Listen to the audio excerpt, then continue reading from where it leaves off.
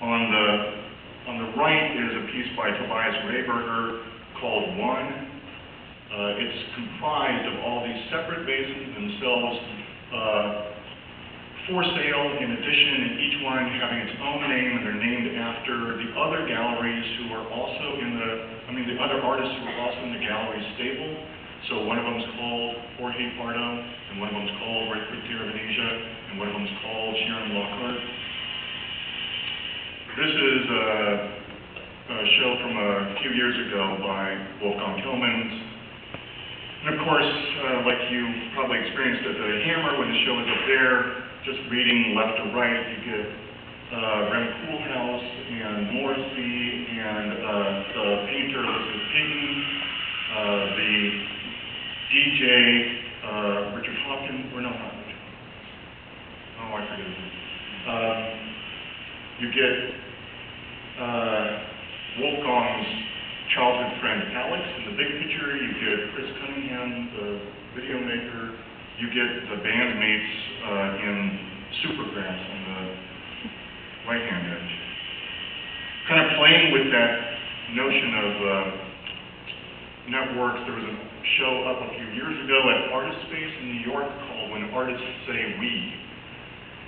And the idea behind the show was that Artist Space would invite a few artists to come in and try to use the walls of the gallery to map the networks of influence that was behind the production of their artwork. So people who literally, physically, materially helped them produce art, but also just people who were influences on them, who were friends, kind of part of their social network.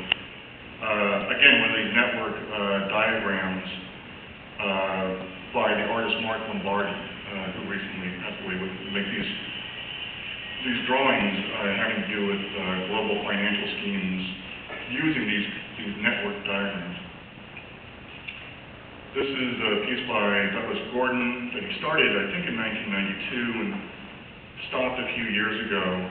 It's just a listing of all the names of people that he ever met and whose name he thinks he remembers, although there's lots of misspellings.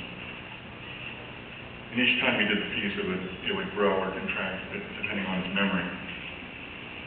And this is, of course, Tracy Inman's famous piece, Everybody I Ever Slept With, where she embroiders inside the tent the names of those people that she has. So I'll give you another example of this kind of tendency I'm talking about, which would be art magazines. If you look at Artforum, for instance, in 1993, the magazine initiated a contributors page immediately following the table of contents.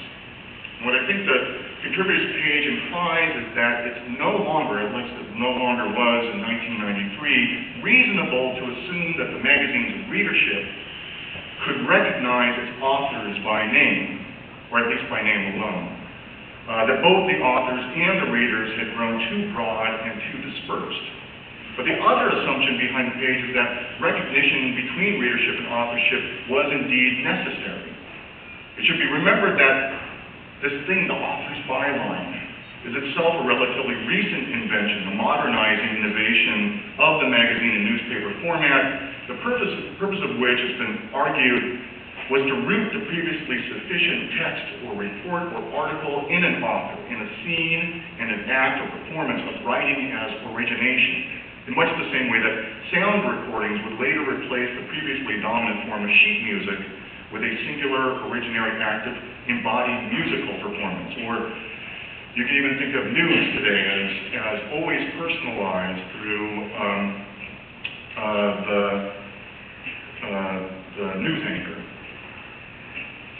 The difference, though, with Artforum in the 1990s is that it, like a lot of other magazines, introduced the contributors page not so much to tie each of its articles to a singular, unique, and isolated source or origin, but more so to open the articles out, to use the authors as a sort of hyperlink to myriad other professionals and sites and projects.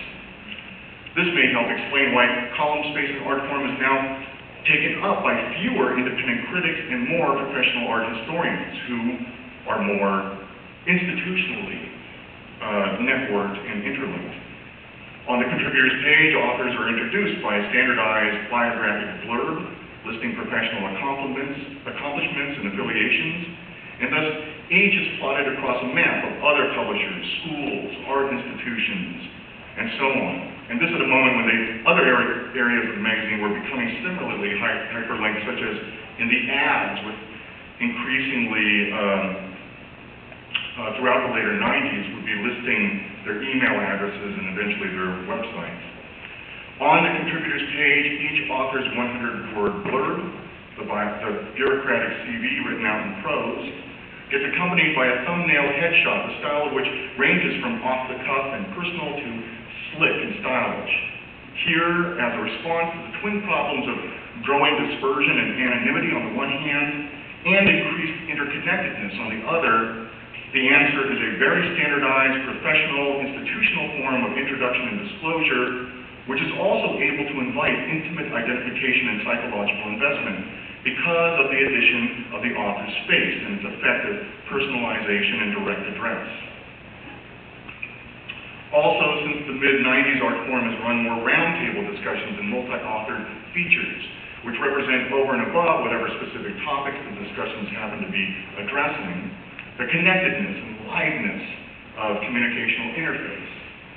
Here, writing, with its associations of interiority and thinking to oneself, is replaced by something closer to talk, which is more exteriorized and socialized. Thinking that's always addressed, that's about transmission, that's heard rather than overheard, to borrow John Stuart Mill's famous distinction between rhetoric and poetics. Whereas up until the late 1980s, Artforum refused to run anything but art ads, limiting the few product advertisements that were accepted to the very back of the magazine, behind the reviews.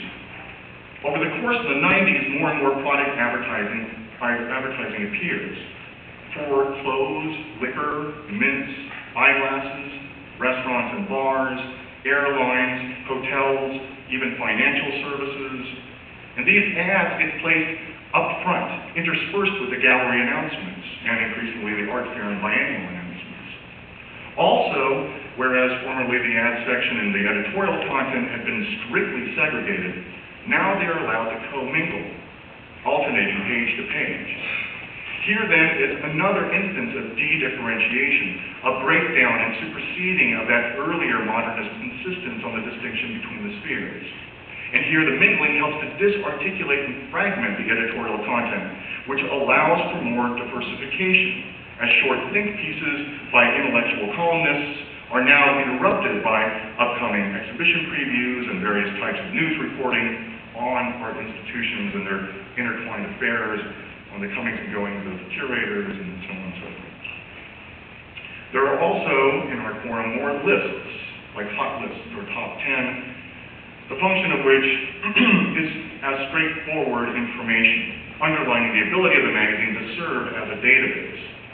Many of the new sections in Artforum, like openings, 1,000 words, top 10, and so on, also appear regularly, punctually, which means that not only does the magazine take on a broader, more diverse institutional art system as its subject matter, but the magazine itself, as it becomes more diverse, more disarticulated and fragmented, also becomes more systematized, more templated, accommodating only those changes in content that don't exceed its structure's built-in flexibilities. And finally, there is more emphasis on practical information, on general functionality, which makes the magazine more a resource and guide and less a venue for criticism.